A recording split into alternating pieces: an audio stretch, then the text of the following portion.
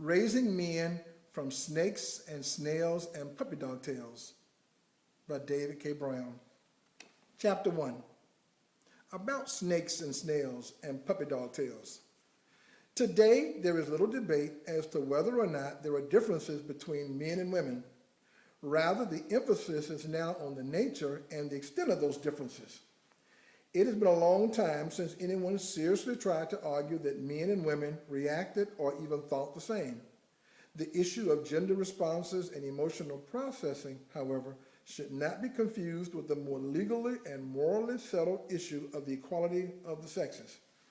I recall an old English nursery rhyme that my mother loved to recite at just the right time.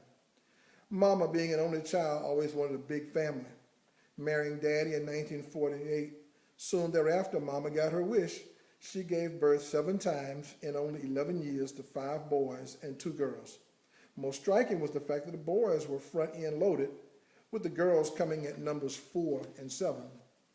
Counting Daddy in the mix, there was a lot of testosterone in our house. As a boy growing up, it was great because we boys shared the same flawed male thinking pattern. Undoubtedly, Mama took solace in the belief that she was not to blame for the occasional roughneck, irresponsible antics that we talked each other into on a regular basis. Every few months, we would get the idea that we could play football in the house. Never took long for us to realize why that was a bad idea.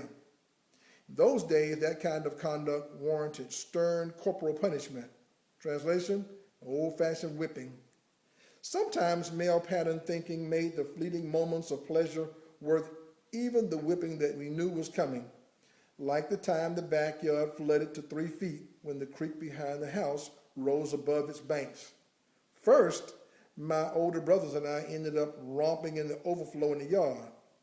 Then we defied Mama's stern commands to stop and come in the house.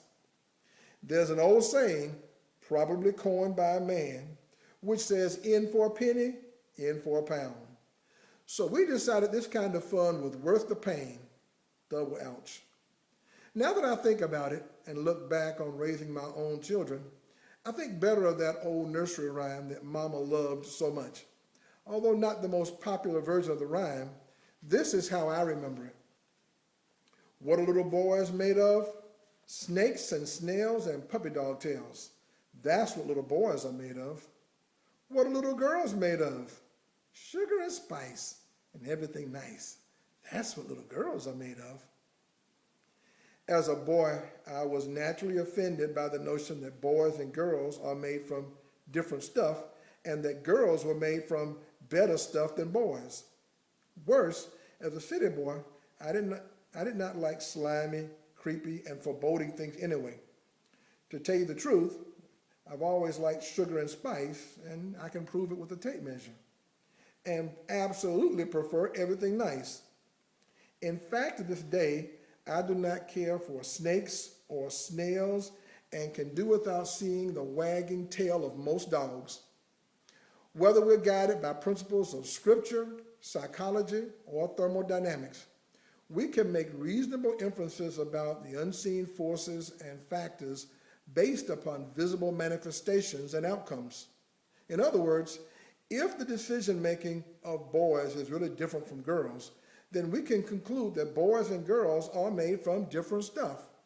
And if the decision-making process of one gender leads to better decision-making than the other gender, then why not conclude that some stuff is better than other stuff? The symbolism in the nursery rhyme is very striking. The message is that girls are sweet and desirable and generally nice, while boys are whatever you conjure when you think of snakes and snails and puppy dog tails. Bow wow. After living many years in denial, I now admit that there are important differences between boys and girls. Not only did I see gender differences among my own siblings, but my children reinforced those differences as well. It is therefore important for parents and society as a whole to take these differences into account as we lead boys to manhood. The real challenge, it seems, is that we do not get to start and work with the easiest stuff. Raising a lady from sugar and spice and everything nice is somewhat less daunting than making anything good from snakes and snails and puppy dog tails. But this is exactly what we must do.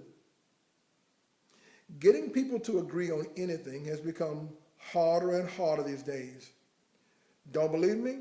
Try talking about religion, or add to the discussion the other biggie, politics. Exchanges can get bad in a hurry. Of course, you can also add to this list almost anything else you wish to talk about, and the outcome is the same. Try bringing up ecology, or economics, or even science, and you will find that we have become a downright disagreeable species. The exception, however, might be on the subject of what constitutes an undesirable man. Ironically, you can just about see a common ground in the words of that nursery rhyme. Few of us see anything to be admired in a symbolic reference to a snake. Indeed, a snake evokes a wide range of negative images that began with the biblical use for evil, immorality, and deceitfulness to cultural symbols for predator, and also for people not to be trusted. Although not as bad as the reference to snakes, the visual of snails adds a whole different element to the idea of an undesirable male. Snails evoke an image of slime and creepiness, and few see real value in snails. Worse yet, in popular use, the snail has come to symbolize slow-moving, lazy, sluggish people. The fact that the snail does not pose the active threat that a snake does is of small consequence. What a recipe. Start with a sinister predator and add an element of laziness, and there lies a serious offender of the peace.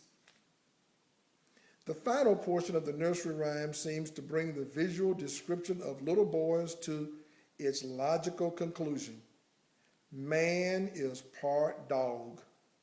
This really hurts, because I've not met anyone who has not at one time opined that to be true on a few levels. The only dispute might come from some women who have concluded that men are really all dogs. So much for sweet little children's nursery rhymes. Is there any wonder that as a child, I knew enough to not like the message of this poem? Thank you.